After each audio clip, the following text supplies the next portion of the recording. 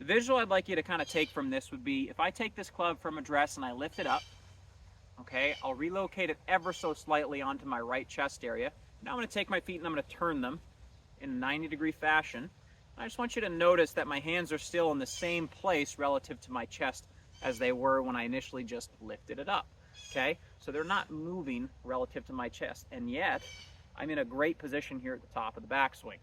Same could be said of the follow through. If I lifted it up, I'll relocate them ever so slightly to the left side. I'll angle the club like I just released it. Now I'm going to turn my feet 90 degrees the other way and then move towards follow through position. You will see again, my hands are directly in front of my chest.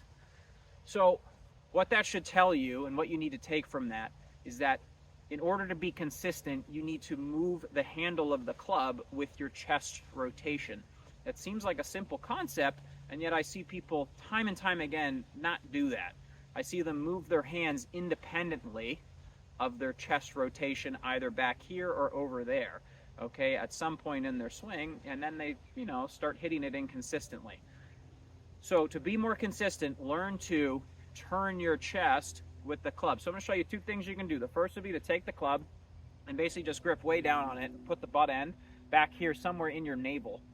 Find your grip, move into a setup, and just work rotational movements going back and forth to really get this feel of what it's like to actually move your chest with your hands. It's probably going to feel a lot different for most of you, right? Now you can't hit balls doing that. So the other drill you can do, which you can hit balls with, is to take a towel, okay? And you're going to stick this towel underneath your arms, but specifically keeping pressure on your chest and not in your armpits, okay?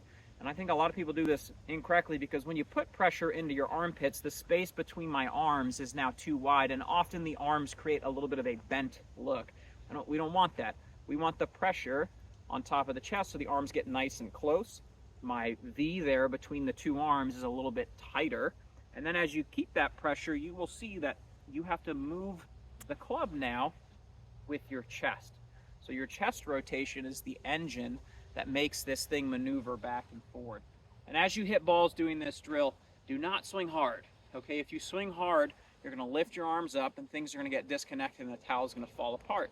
So keep the swing short back and through, and work the club, work the handle of the club with your chest rotation. Should look something like this.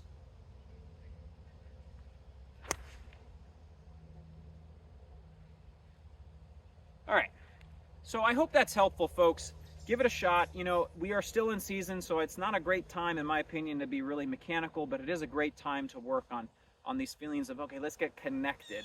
And a simple drill like using a towel or putting the club into your body and starting to turn with it will give you that feel that you need so you can be more consistent and play better golf. Cheers.